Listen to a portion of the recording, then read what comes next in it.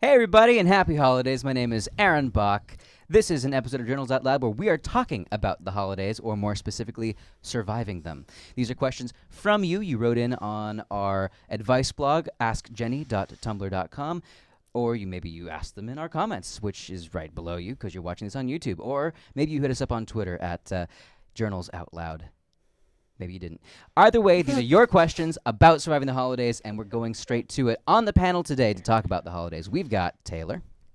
We've got Tatiana. We've got Josh. Hi. Oh. I'm just Whoa. The logo is. And we've got Tara. Hi. Hey. All right, so without further ado, let's hit your very first question. I'm spending the holidays with my family, and I'm dreading it. Oof. My little siblings are loud and obnoxious. My aunts and uncles will ask me about what's going on in my life, and my grandpa might start talking about Trump. How can I make the best of a bad situation? So, I don't know. This kind of reminds me of my holidays a little bit. How about you guys? Yeah, I just want to stay away from politics all the time. So how do you?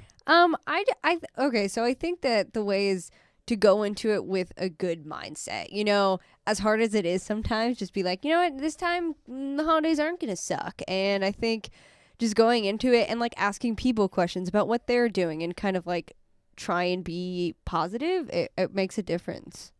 I like that. And I think that I've seen similar results where if I go in with the intention of, I'm not going to talk about XYZ because I know what will happen if I talk about XYZ, and then not engaging with people who do talk about XYZ, just letting the conversation go and not being part of it, I found that to be actually pretty effective for me. Right. Yeah. How about you guys? Has that worked in your experience, or has it kind of been a little more intense than that? My holidays actually weren't really like that, but What? I can say that in other situations, what I would tend to do is just kind of laugh it all off, because I just think it's kind of comical when you see just everything happening that's surrounding you, that's craziness of the holidays. It's cute and it's funny and it can be annoying, but it's just the more you just kind of laugh it all off and just try to have a good time yourself. Yeah. And find things that it's how many times this person does this, and in your head you're just oh, I know how many times they've done that, but they don't. It's just kind of make it a game for yourself. That's when you're gonna enjoy it the most. I like that. And actually kind of leads me to another question. Oh yeah? Sort of little tiny bit. Oh. How do you ever find time to yourself in the holidays? I know you're visiting family, or you're with family, whatever, and you're with friends, but Oh, I do, yeah. time for yourself. Yeah. All right. How do you get it? At night. You go to bed and you're alone, and that's You your time. Yeah, once I shut my door, I'm in my own world. I talk to myself, I talk to Luna, I talk to people, I watch TV, I think, I'm in my own little bubble and I can do whatever I want because that door is shut and it's me time. All right. So you set a physical boundary. Yeah. And everyone knows you're in the room and you're done. Well, I mean, they're not gonna come in. All right. I It's like nighttime, so my time difference doesn't change really. I stay up till 3-4 in the morning when I go to South Carolina, Right. and so that whole 3-4 hours my parents are sleeping, it's just me, and I can just focus on myself. But if you at home don't have a time difference situation, I think that still a physical It's boundary is a great nighttime, idea. Just Well- shut your door in your room. Sure, but defining this is my space. Love being back here, but I need to also have some time alone or whatever. Saying that's okay, and then defining a space for yourself is also, I think, a good idea. So I like that idea a lot, even if that wasn't exactly where you're coming from. It's still a good it's a good plan. And if you do have a time difference, that's good. So yeah, I think you were gonna say something. Oh, just coping with the holidays. If you're legal and not trying to be sober, spike the eggnog. Whoa, there you go. That's what I do. Yeah, I think it's what a lot of people do. And I'll tell you what, actually, I think a lot of other people feel that way because I didn't know that eggnog wasn't supposed to be spiked until I was much older. And you're So, oh, okay. yeah, I'm this is what it's normally supposed to be. Okay, Yeah. yeah. Oh, that's cute. You can't see it, but we have a studio guest. It's a dog. It's Luna, and she's just having a great time, just really loving that floor down there. And I'm gonna give a slight pause in case we want to edit that out later. All right, so now just to wrap this up, this is a trying time, but you're here to have hopefully a good holiday season with your family. It's going to end. You're going to get through it. It's going to wrap up, and having time to yourself and making sure that you're not jumping into conversations that you know are going to go south. That's a pretty good way to do it.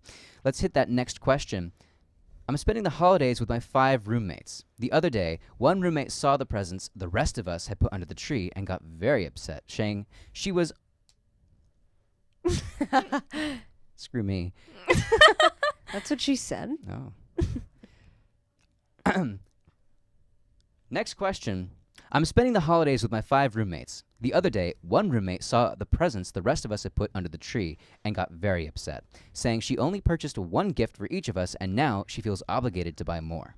We assured her she didn't have to because that's not what we care about. Yesterday, she insisted we return all of her gifts because she felt bad about not getting us more than one gift. Oh, I don't want to my. return the gifts I got her, and I think she's being unreasonable, but I'm not sure how to handle the situation.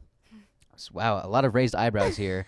Jump right in, please. This girl's crazy. I just think that's I think how to handle it is communicate and be like, I don't think you're wrong for buying us this. I wanted to buy you this. Like, I don't think we have to do anything here. This girl, no, this girl's kind of like just a little insane right now. You need to tell her, shut up. Like, calm down.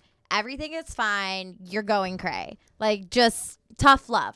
You have to. I don't know can't if go I around agree with that necessarily, because Okay. if someone is like saying that makes them uncomfortable, then why as a roommate are you crossing that boundary?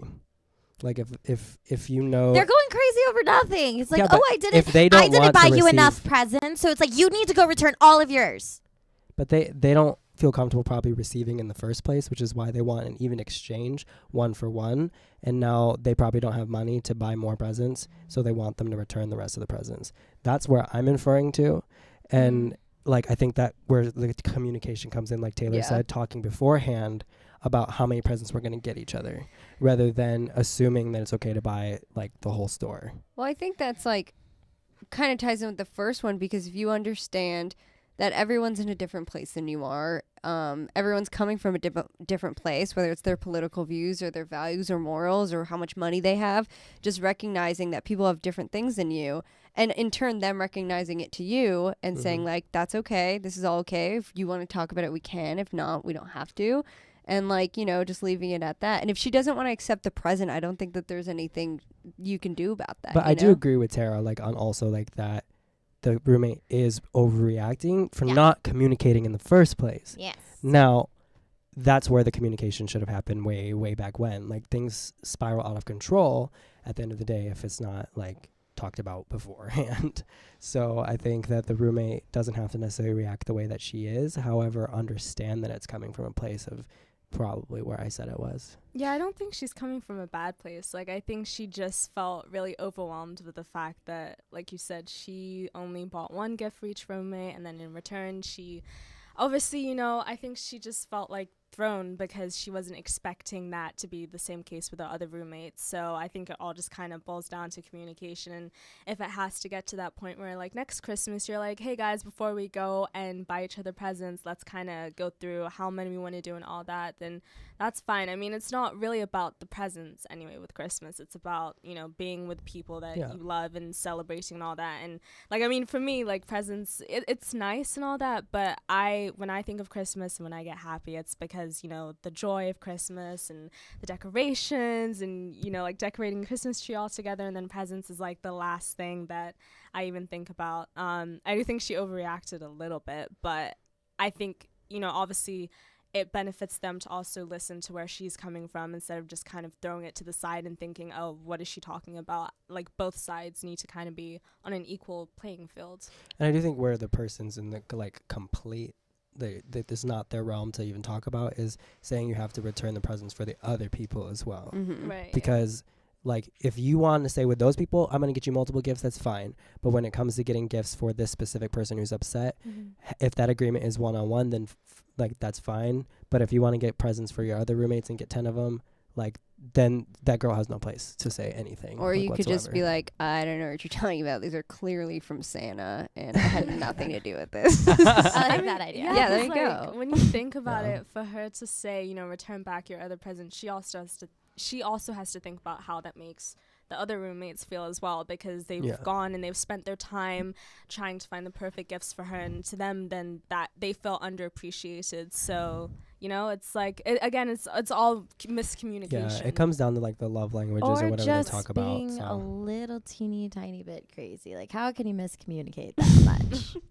Tara's not begging down. I mean, She's the like, thing is, like, not everybody thinks the same. Some people get But really that's like highly a lot of emotional, like. and some people are under emotional. Like, you just have to know how to balance it out. And I think that's one thing that I've definitely learned, like, now just coming out of high school, is not everyone thinks like me. And I may think that what I know is like the same thing and the right thing. And someone may think that how I think is totally different and out of that spectrum. So it's kind of just knowing how to deal with people, and just being like socially aware and socially respectable. right. And next year, definitely do Secret Santa. I feel like that would really solve a lot of problems here. I like that. I like that.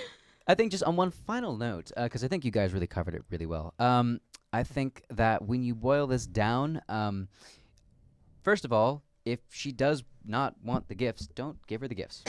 Like that's just she should have talked about it beforehand. But like, yeah, don't give it to her. She doesn't want it. Don't give it to her. Take the gift. You know that in the future, you won't do it next time. So it's a learning lesson, just a roommate thing. Sorry you had to go through it.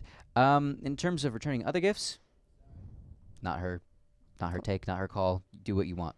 And I think on that note, we have one last question. Ooh. This week, I'm going to the Christmas party at my university. The thing is, I'm not the kind of person to go to parties. I can't dance, and I'm awkward. My friends will be there, but some of them will have their other halves with them, and of course, forever single me will go without one. I just don't know how to act and be and feel okay when I'm there. Oh. Well, I think many people have had very similar Christmas party experiences. Yeah. I think you want to talk about one. I can feel it. Well, no, it's not a Christmas party, but she was just saying, like, how can I feel comfortable? And, like, I just want to say I just kind of, like, started doing, like, the whole, like, going to, like, clubs now, but, like, party in your case. And, like, when I just am totally just living for me, it's the most fun, where I'm not dancing with my friends. I'm not dancing with anyone. I'm, like, literally just dancing for myself. It doesn't matter if it's good or if it's bad. I'm just having a blast. And so I feel like that's a really good way. It's like, okay, you're going to a party, dance for you, be how you want, because I'm pretty sure that's how a lot of people are. And like, you wish you could be that person, because I know when I was not liking parties, I would just be like, why can't I be like that person? It's like, oh yeah, because they're like not caring. Right. Just And I doing think whatever you want. I think first of all, you probably can dance because, everyone can dance and everyone looks awkward while they're dancing. Very it's true. Like, there's no good, no one's like really good dancing at a party. I mean, I don't. Maybe I'm just really bad. One of us. Yeah. It's me, guys. Anyway, also, I think just don't have expectations, go into it being like, I'm just going to go. I'm going to try it out. If it's not for me, go home, watch a movie. I don't think you have to put any pressure on yourself. So that's my advice. Have something at home waiting for you if you want to go back, like some chocolate cake or something. Yeah, it's okay. It's okay to go out. It's okay to have fun. It's okay to go home. Like, just don't put pressure on yourself. I like that a lot, right? Have an escape plan, a fun escape plan. Like, Exactly. on my way home, I will stop at Domino's and get myself a big pizza, right? Ooh, Like, did that the that other night. Dairy Queen. that sounds like a good deal. But that being said, yeah, I mean, I think that it's probably worth going because, Totally. like, it may be uncomfortable in certain aspects, but it's a chance for you to experience something fun and maybe even meet someone who's also there without anybody, right? Like, you're not going to be the only one who feels this way and is alone Yeah, at the party. Right. So who knows? You might wind up actually being a little less lonely than you thought you would be. Just be open. Be open to the experience. And then you could write a Christmas movie about it and make a lot of money. Love Actually. There we go. There you Perfect. go. Yes, and if you do that, you heard it here first. So Yeah. thanks, Santa. Now, on that note, thank you for writing in. Please leave a comment. Tell us if you like the show. Tell us if you got a question about the holidays, although those will wait till next year. If you have a question about anything else, leave a comment anyway. We've got a Twitter, Journals Out Loud. We have a dedicated blog on Tumblr, askjenny.tumblr.com. This has been a holiday special episode of Journals Out Loud. Thank you for watching, and thanks to the panel for being so great. Happy holidays. Happy Happy holidays. holidays. We're making a song. See you, everybody.